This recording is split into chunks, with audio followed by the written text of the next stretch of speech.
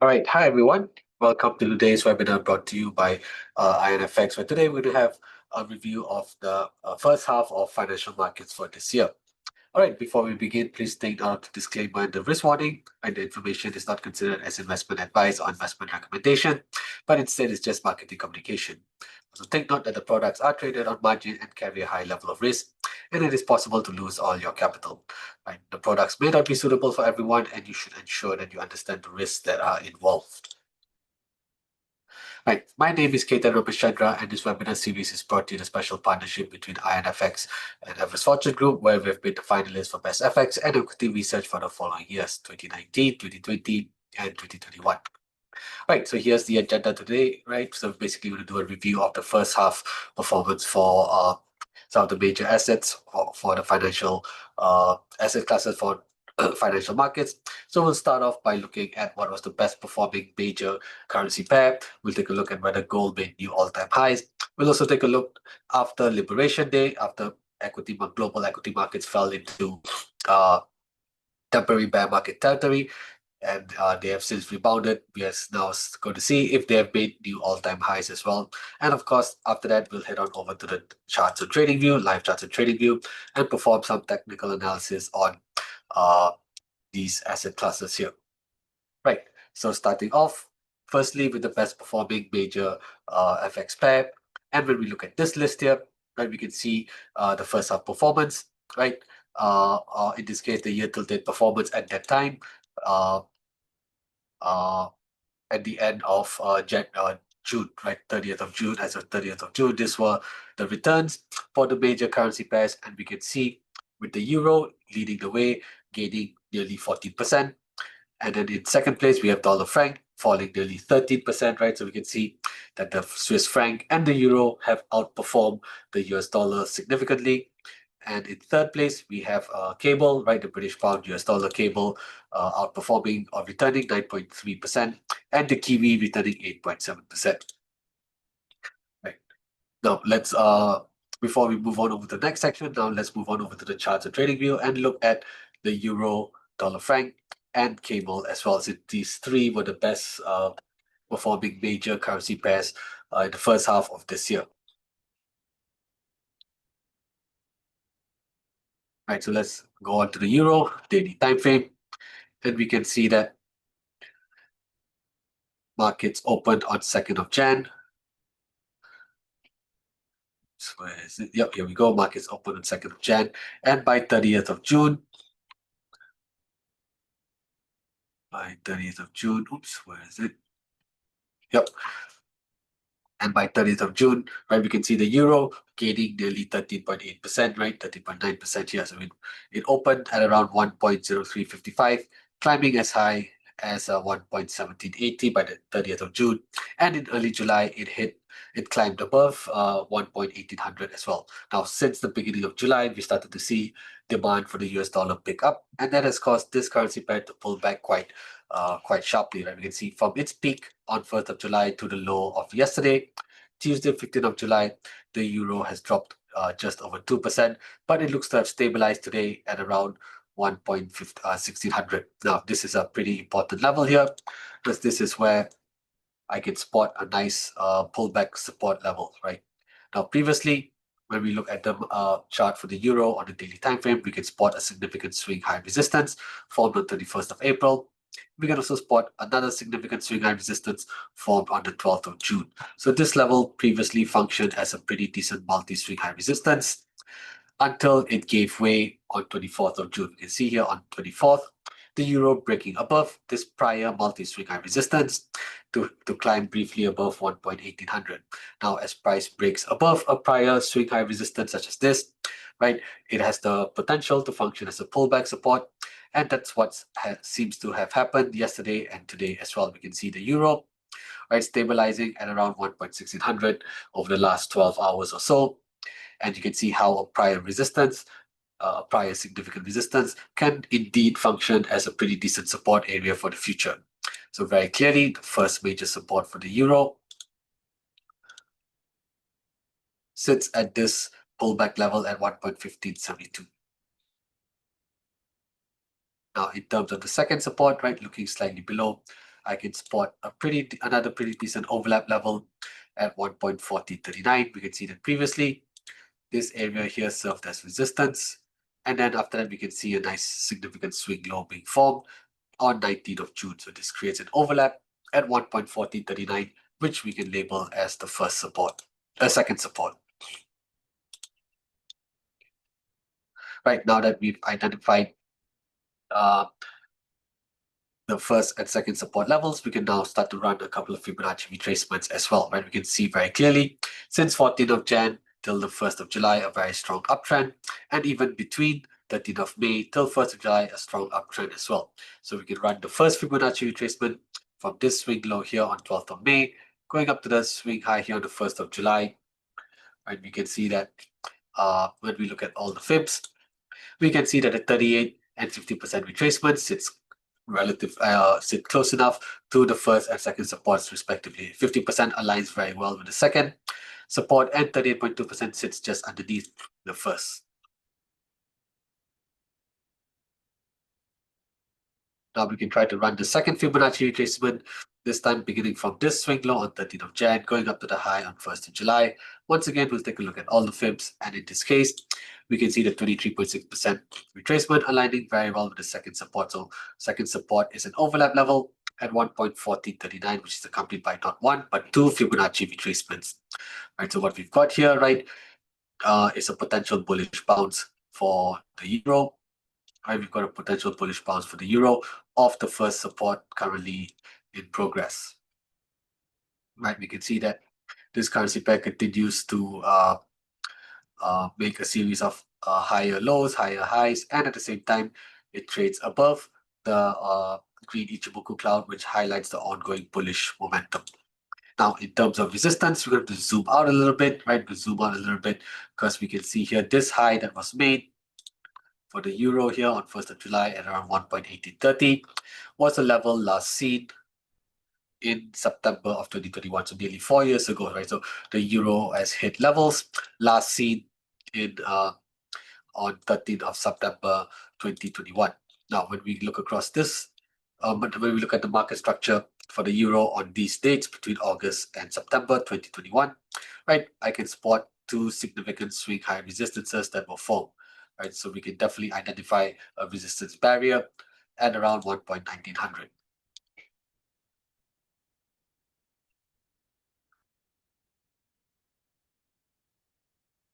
Right, coming back to where the euro is trading. Right, coming back to where the euro is trading. Just going to get rid of this horizontal line. Right, the first resistance for the euro is of course going to be this swing high resistance that was formed in the beginning of July. Very clearly, that's the first resistance. And second resistance, of course, was the multi-swing high level at 1.1892 that was formed in August and September of 2021. Right, so this is how we've identified the first and second resistance levels respectively. Right, so after we saw the euro pull back nearly 2% over the last 2 weeks, it looks to have stabilized just above the first support. Now, for this bullish, to have further confidence of this bullish bounce, right, I would like to see the euro, right, break out of this descending trend line, right? We can see this descending trend line has been in place since early July, right? It has tested, the euro has tested this descending trend line several times, most notably here on 10th of July, right? So if we do see a nice reversal of the first support, I would really like to see the euro break through this descending trend line to give us further conviction that we've got we've got a strong potential for a resumption of the uptrend, right? So these are the significant support and resistance levels for the euro on the daily time frame. Remember, as of 30th of June, the euro was the best performing major currency pair, gaining nearly 14% versus the euro since the beginning of the year. However, of course, it has pulled back about 2%, right? It's pulled back about 2% since July, but nevertheless, it still continues to remain as the best performing currency versus the US dollar. Now, the second best performing currency was the franc. So when we look at dollar franc, right, we can see dollar franc has reversed sharply since 13th of Jan, right? When the franc is strengthening, that means the currency pair dollar franc is going to be falling lower, right? And if we look at the start of the year, 2nd of Jan, where did we go? Where is 2nd of Jan? Our 2nd of Jan is here. The dollar franc opened at 90.77, and by 30th of June, it had dropped as low as 79.30. Over this period, right, in the first half of this year, dollar franc had dropped more than 12.6%, right, to be the second best performing currency. The Swiss franc was the second best performing currency as it appreciated 12.6% versus the dollar. Now, of course, since then, we've seen dollar franc find a floor, right, managed to stabilize around 79.10 and has staged a pretty decent counter trend rally as demand for the US dollar has picked up since the beginning of July, right? We also had consumer inflation data for the US that was released yesterday, Tuesday, 15th of July, and we saw firmer than expected headline and core CPI, right? And that has triggered another round of demand for the US dollar. So hence we're seeing strong demand for the dollar continue this week. And because we also have PPI data out for release later today at 12:30 p.m. GMT. And if that metric also comes in hot, that's going to probably function as another tailwind for the US dollar, right? So if we see PPI come in hotter than expected, that's quite likely to cause dollar franc to climb higher. And perhaps that may even cause euro to pull back even deeper. So do be aware that we have a fundamental catalyst coming up later today at 12:30 p.m. GMT, and that's the producer price index. And if that reading also comes in hotter than expected, similarly to yesterday's CPI, that means we could see stronger demand for the US dollar, and that would mean dollar franc could pull back even deeper, right? It could mean dollar franc could pull back even deeper. Sorry, it would mean the euro would pull back even deeper, while dollar franc may continue to climb higher, right? So do be aware of today's PPI data release that could significantly impact currency markets later today. All right, now back to the dollar franc, right? We can see that since middle of Jan, we can clearly see a series of lower highs, lower lows. And of course, this currency pair remaining underneath the red Ichimoku cloud highlights the ongoing bearish momentum. Now, from 12th of May, right, dollar franc was actually trading within a pretty decent descending trend line. Or no, it still continues to remain under this descending, remain in this downward channel, right?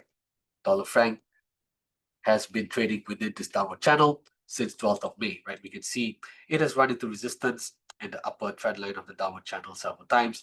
The first on 29th of May, second on 19th of June, and the third 23rd of June. So 3 instances where the dollar franc has run into resistance at the upper trend line of the downward channel and has proceeded to reverse and drop lower. Now it is approaching this area once again. So perhaps by Thursday or Friday, right, we could see the dollar franc perhaps stall around this level here. And if it does make a clear bearish reversal of the upper trend line of the downward channel, similarly to what had happened in May and June, right, we could see a resumption of the downtrend and perhaps see dollar franc fall even lower.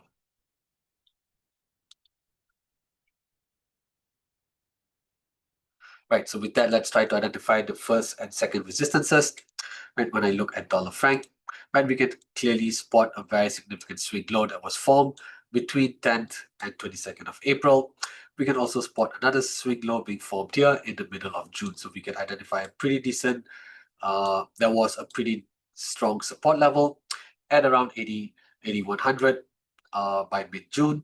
However, when that level gave way, what was a prior support area could likely function as a potential resistance. So that's how we've identified the first major resistance for the dollar franc, and it is a pullback level.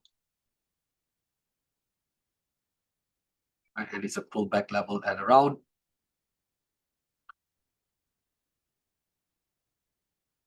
80.88. So take note, it's a pullback level at 80.88. So this area here, right? Well, first of all, the first barrier, I would say, in terms of resistance for dollar franc would be the upper trend line of the downward channel, because right, we can see that this channel has been respected since 29th of May, right? This channel began on 12th of May, but we can see dollar franc running into rejection 3 times at the upper trend line of the downward channel here. So the first area of resistance would be the downward channel. And after that, right, the next area would be the pullback level at 80.88. Now beyond that level, right, we can see that this swing high resistance here, there's a nice swing high resistance formed in middle of June, right? The swing high resistance alongside the upper trend line of the downward channel helps us identify the second major resistance for dollar franc, and that level sits at 81.98, or pretty much around 8200. Right, now that we've identified the major resistances, we can try to run a Fibonacci retracement. All right, let's start the retracement from this swing high on 12th of May, going down to the swing low on the 1st of July. Looking at all the fibs, we can see 38.2% retracement, aligning pretty close to the first resistance, and 50% as well, aligning pretty close to the second. So we'll keep 38 and 50% retracements in the analysis here.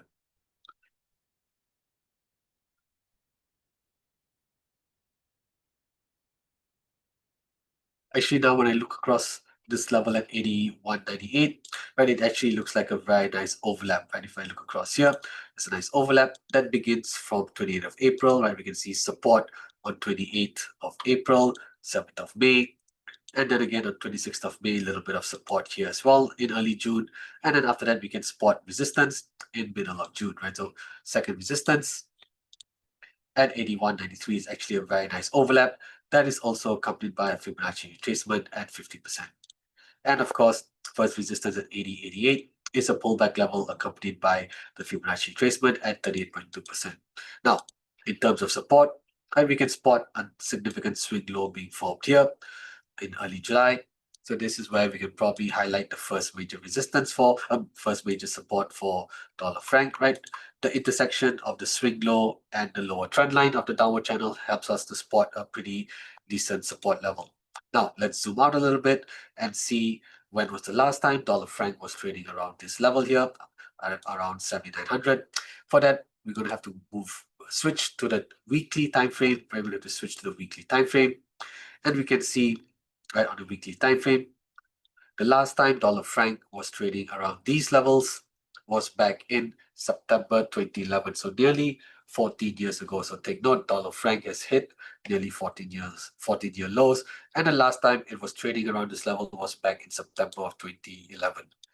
Right. So now on the weekly time frame, where we can't really see, we can first of all spot a very significant swing low being formed here. But let's try and switch back to the daily, right? So between this dates, July and September of 2011, let's try and see what's happening back then. Where's my calendar? Right, there we go.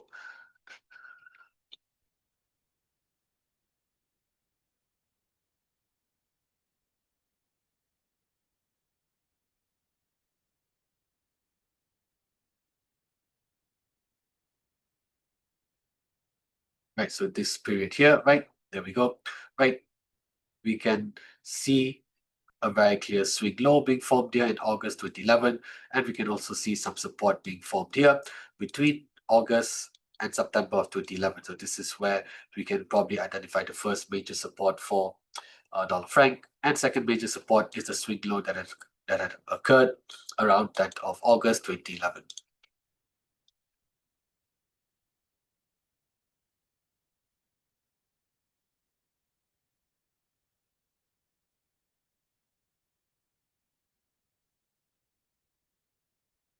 Right, so first support is this sort of like a multi-swing low level at 78.58, and second support is this significant swing low at around 72.07. Now let's come back to where the dollar franc is trading, and we can see that, right, the dollar franc pretty much found support close to where that swing low was formed back in September 2011, right? You can see here dollar franc dropping as low as 78.71, coming within inches of 78.58 before reversing to climb higher. Now, of course, the second support that we had identified based on that swing low in August of 2011 sits at 72.07. Right, this is a huge distance away. Perhaps there's something else that we can use in the identification of the second support, right? In this case here, we can probably try to use a Fibonacci extension or projection. Let me see if there's something I can use, right? Okay, I'm going to try to find an extension levels by running a Fibonacci retracement from this swing low, 21st of April, to this swing high, 12th of May. Key extension levels sit at 127, 161%. We can already see that dollar franc has fallen below the extension at 127%. However, the extension at 161% sits at 77.68. And this is probably a level that we can use in the identification of the second support. Right, so although there's a very significant swing low at 7,200, right, that was formed in August of 2011, that level sits simply too far. So this is more of a support level that perhaps may be required much later on in the future. Right, but for now, the second support for dollar franc on a daily time frame is going to be identified by the Fibonacci extension at 161%, and that's a level that sits at 77.68.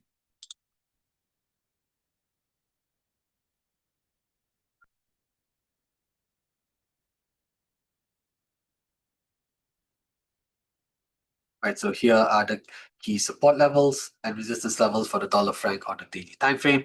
Right, we can see that this currency pair continues to trade within this downward channel that has been in place since 12th of May.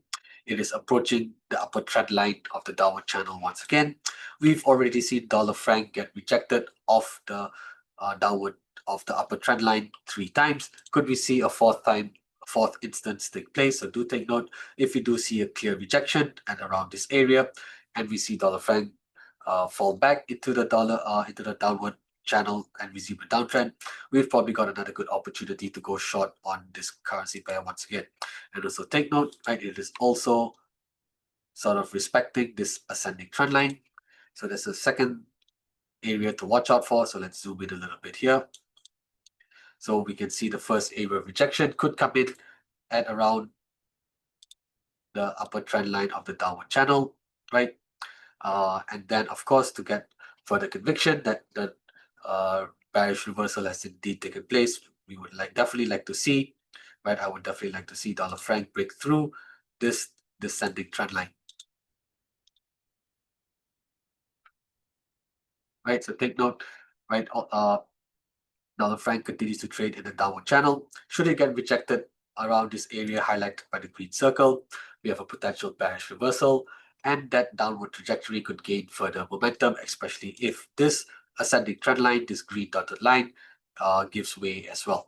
Right, so these are the key levels here for dollar franc based on the daily time frame as of today. All right, now let's look at the third best major currency that had outperformed the dollar, and that was the sterling pound.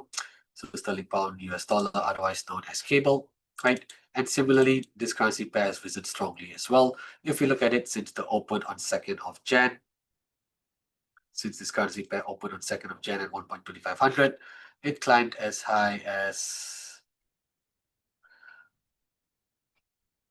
1.3725 by the end of June. So you can see this currency pair had climbed nearly 9.7%, 9.8%, right? Hitting a high of 1.3785. But as demand for the US dollar picked up in July, right, we can see this currency pair reverse, dropping as much as 3%. Now it looks to have fallen towards what I see is a pretty significant support area. So let's try to identify the major support and resistances for cable on the daily time frame.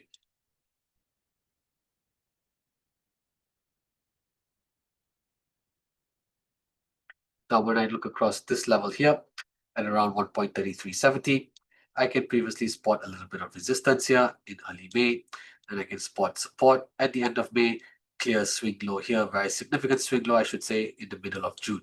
So it looks like cable looks to be testing this first major support. This is an overlap level that sits at 1.3368, so the first major support for cable is at 1.3368. This currency pair looks to be testing this level today. So if this level does not hold, right, if this level does not hold, right, I think we can expect further downside for this for cable. Now, beyond the first support, which is an overlap level, right, I can spot another significant swing low formed here on 12th of May, right, very significant swing low here, and this area also aligns pretty closely to where this swing high resistance was formed in early April. Right, so what we have here, is probably a pretty decent overlap area that sits around 1.3110. So second support will be labeled here, 1.3100, and it's actually more of a zone, right? It's going to be more of a zone beginning from 1.3180 to about 1.3100. Yeah, relatively large zone, but nevertheless, this is another area to keep an eye out on as well. Now, what is also important to note is, right, cable had been trading in a pretty significant upward channel between 9th of April and 9th of July, right? However, that this channel gave way last week, right? Or yeah, last Friday, and we've seen this currency pair fall sharply towards the overlap at 1.3368. So if this level does not hold, right, we could see further downside action, downside downward trajectory for cable, perhaps falling as low as 1.3200. Right now that we've identified the support levels, we can try to run a couple of Fibonacci retracements as well. Right, we can start the first retracement from this swing low on 7th of April, going up to the high on 1st of July.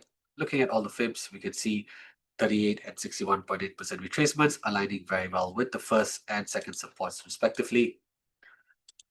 And we're going to try to run a second retracement, this one beginning from this swing low, 13th of Jan, going up to the high on 1st of July, looking at all the fibs once again.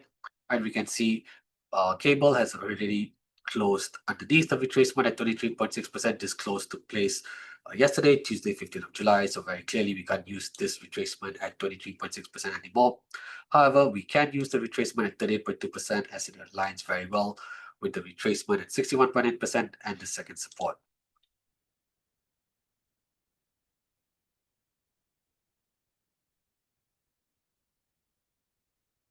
Right.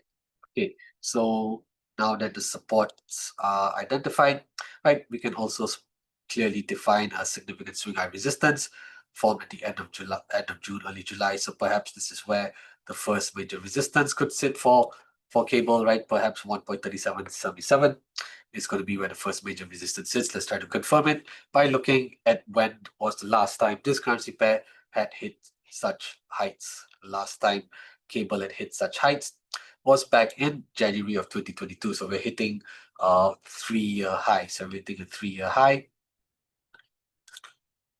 right? And it looks like this swing high resistance that was formed in January of 2022 is pretty much where cable stalled once again, right? And we can also spot, I can also spot another multi-swing high resistance formed in September 2021 and then again in October 2022. So we've got a pretty decent multi-swing high resistance area at around 1.3870 as well.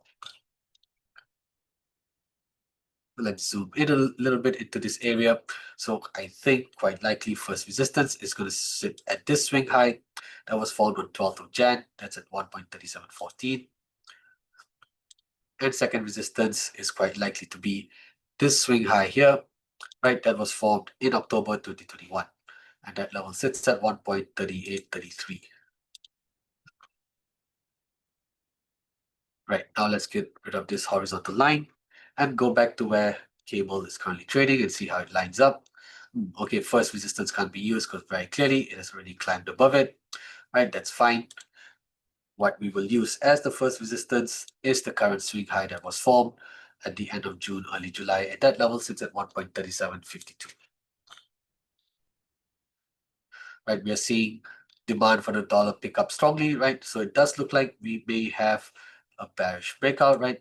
It does look like, although euro is holding up much more better, right? Right, we can see euro is indeed holding up much better versus cable. Cable really looks to be under pressure. So perhaps, right, to take note, if this level gives way, if the first support gives way, we may have a potential bearish breakout for this currency pair. As a take note, right, it looks like the sterling pound is significantly weaker as compared to the euro, right? The euro still seems to be holding up pretty well. However, sterling pound looks to be under a lot of overhead pressures, and we may see a potential bearish breakout materialize today, especially if PPI data comes in hotter than expected as well, right? We had hot consumer inflation data yesterday, Tuesday, 15th of July, and if today's PPI comes in strong as well, that could be the catalyst that's probably going to drive this currency pair underneath or beyond the first support. So to take note of that, cable is definitely much more weaker than than the euro in the current context here, or at the present moment. Right. Okay. Now we've covered the best three performing major currencies in the first half of this year. Now let's return to the slides and go back and continue where we left off. And now look at gold, right? So spot gold is represented by the ticker symbol XAUUSD. And we can see in the first half of this year, right, spot gold had climbed nearly 28%. And if you look at the 1 year return, it's been nearly 42.5%. And the 3 year return has been 85.6%. Very strong returns for this precious metal, of course, right? And when we look at the charts for spot gold, right, once again, daily time frame, we can see that it hit $3,500 per ounce back on 22nd of April, right? And this is where the intraday all-time high was formed. This is where the latest intraday all-time high was formed uh, for spot gold, right?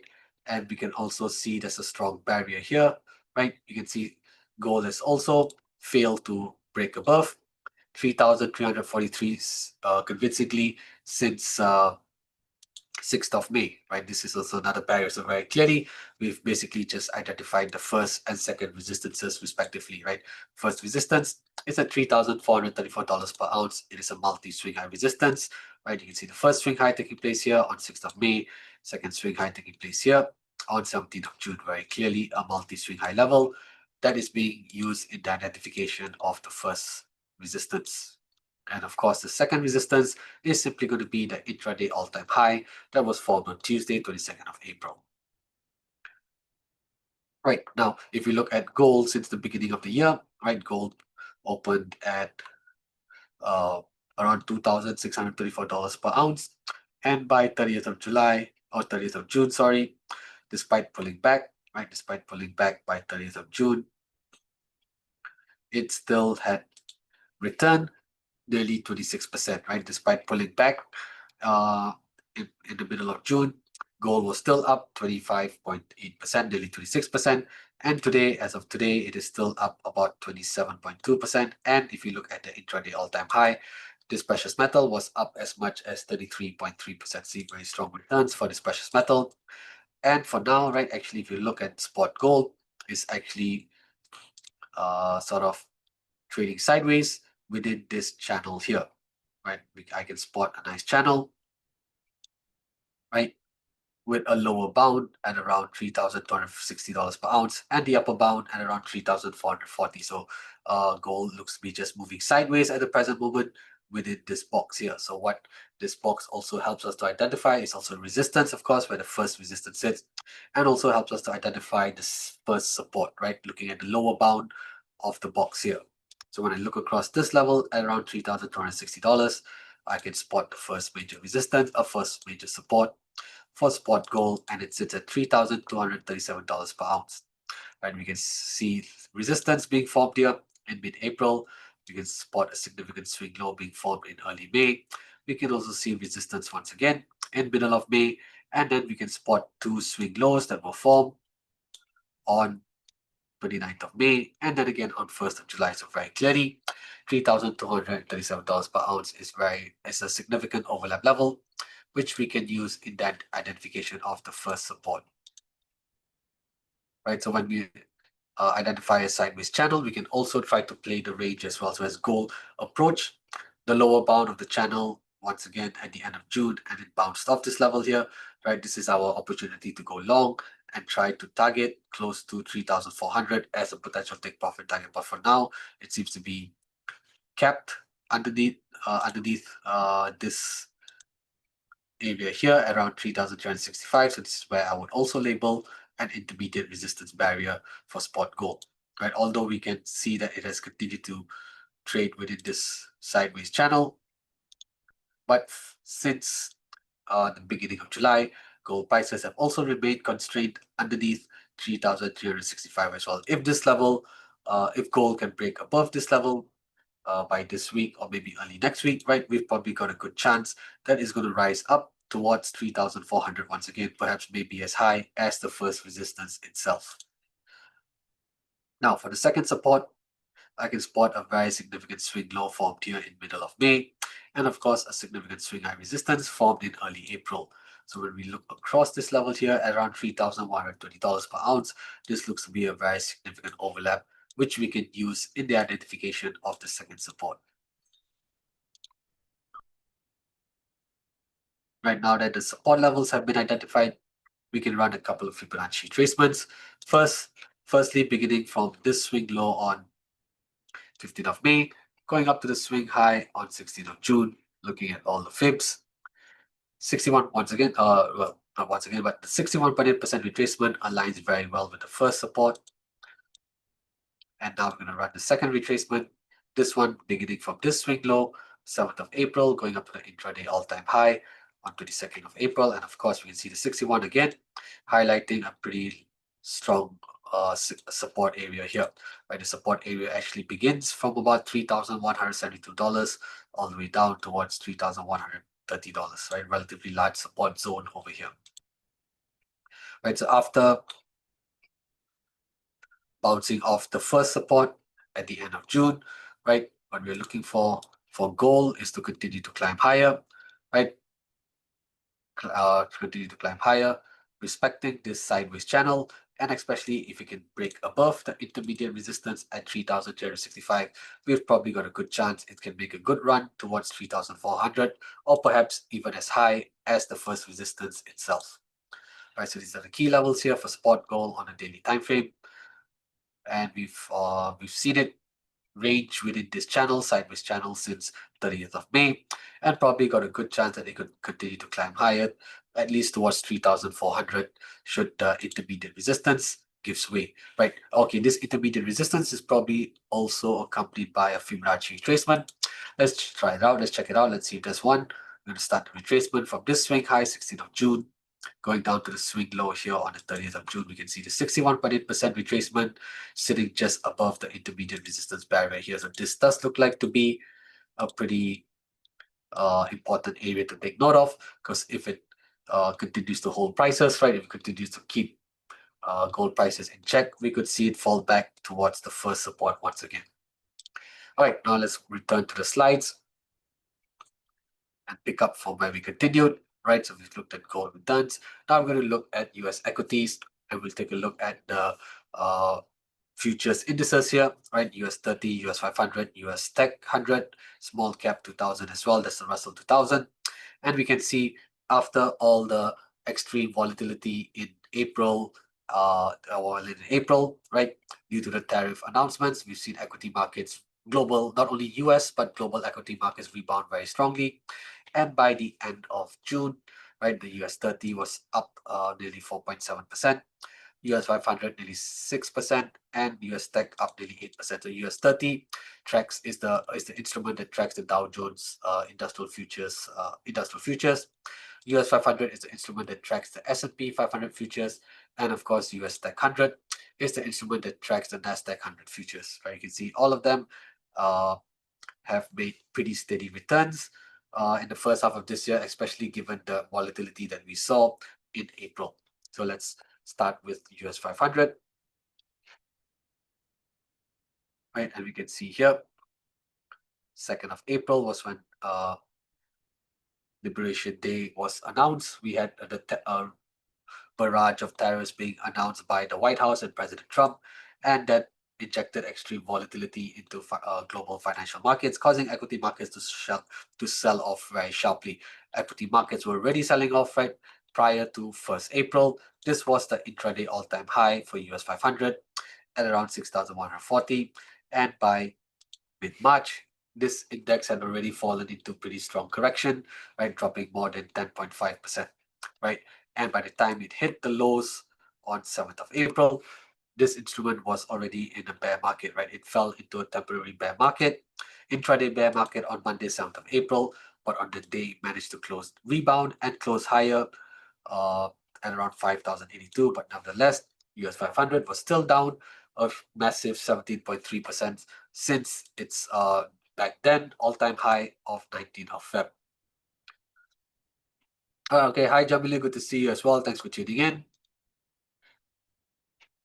Right, so you can see here, despite bouncing higher on Monday, 7th of April, to close in the green. It was still down 17.3%. However, of course, since then, we've seen global equity markets and US markets, equity markets rebound very strongly, staging a very clear V-shaped recovery. And not only that, it has also broken above the prior intraday all-time high, right? The prior intraday all-time high is when we look at it, it's like a double top, right? We can see the first swing high resistance being formed at the end of January, second swing high resistance in mid-Feb. So what we had here previously was a very significant multi-swing high resistance that got taken out by the end of June. So very clearly, once a resistance such as this gets taken out, it's very likely to function as the first major support. So that's how we've identified the first support for US 500, and it is a pullback level. And it's a pullback level that sits at 6,128. Now, for the second support, right, I can spot another swing high resistance being formed here in middle of June.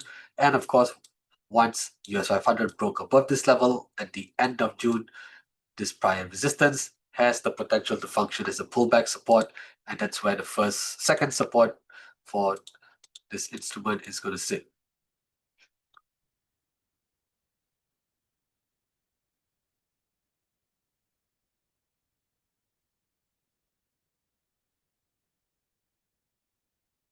Okay, now that the first and second supports have been identified, right? And of course, we see the US 500 pull back today, right? Remember, this is now the latest intraday all-time high. The latest intraday all-time high for US 500 was formed yesterday, Tuesday, 15th of July, and that level sits at 6,301.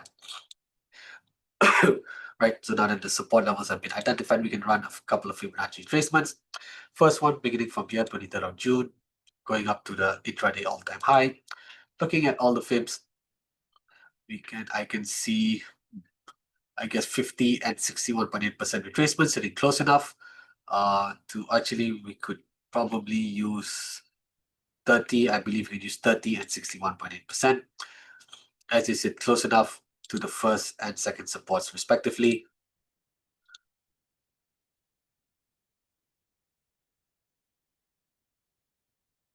Now let's try to run the second retracement. This one beginning from this swing low here, 23rd of May, going up to the intraday all-time high. Once again, looking at all the fibs, we can see that, okay, 50% aligns very well with the second support.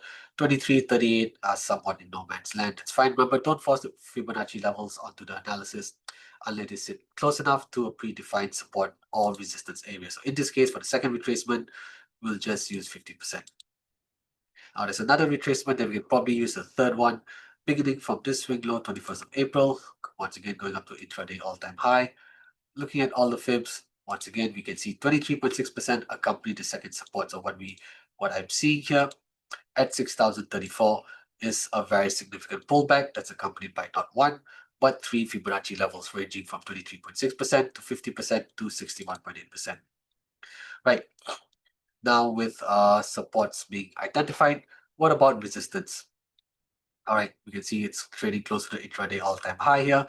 So in such a scenario, we can't rely on past market structure to identify swing high resistances or pullbacks or overlaps. So in this scenario, we have to rely on Fibonacci projections or Fibonacci extensions. So let's try to find an extension first. To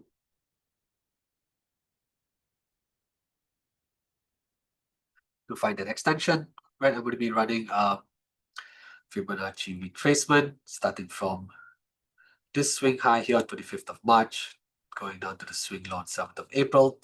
Key extension levels sit at 127, 161%.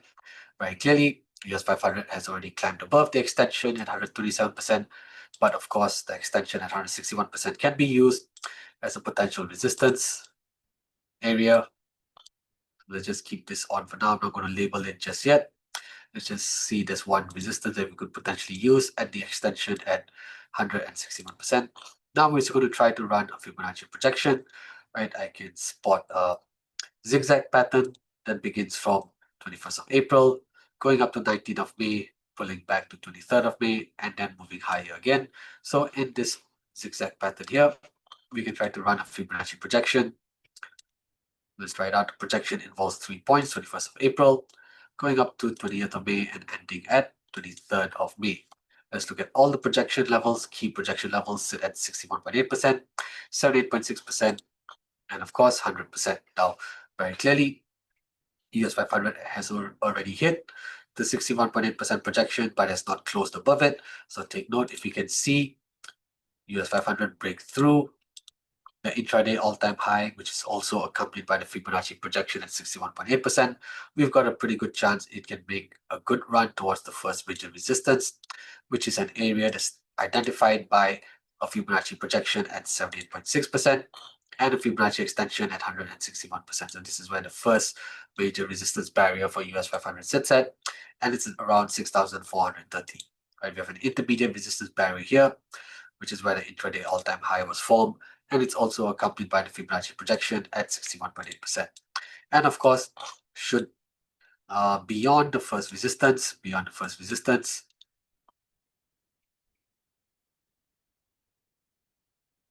we've also got the Fibonacci projection at 100% that we can use to identify the second resistance here, right? And that level sits at 6,618.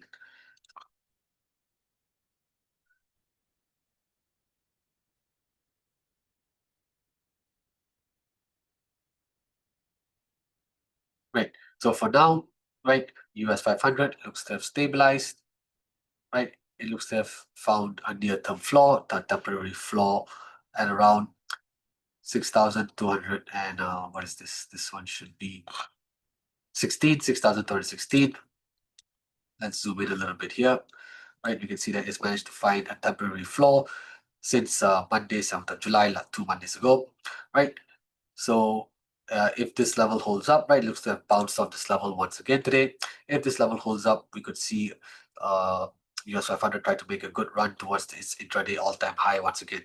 However, if we see equity markets being spooked by maybe stronger PPI data or perhaps by additional tariffs being announced by the White House, right, we could see US 500 break through this intermediate support at 6,216, and that would probably invite a lot more sellers, perhaps driving US 500 all the way down towards 6,130, which is where the first major support sits at. All right, before we continue, I'm just going to launch a poll as well. Truly appreciate it if you guys can give your feedback with regards to today's webinar. And then we'll wrap things up by taking any questions that you may have, and we'll just quickly look through at what's at the economic calendar coming up for today and tomorrow.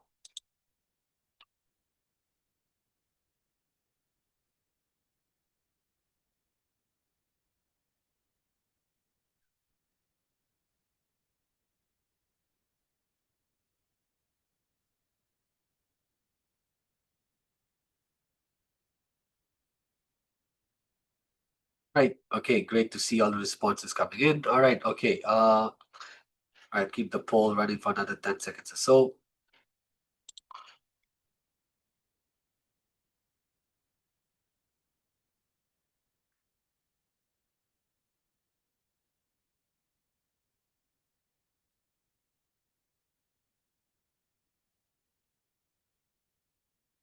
All right. Okay. Great. Thank you so much.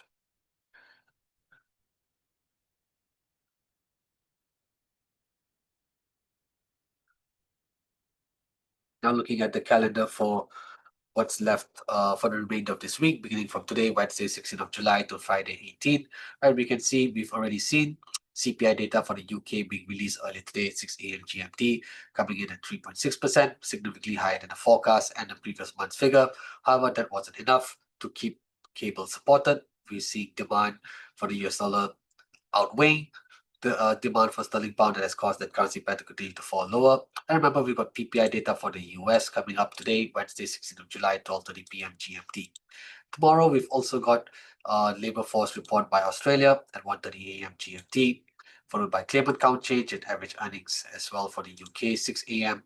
And then 12:30 p.m. GMT, we've got retail sales and unemployment claims for the US. Right, so do take note of the economic calendar for Wednesday till Friday, because most of these high impact data events, are going to drive the direction for many of the currencies that are currently involved, of course. All right, so that's all from me for today, right?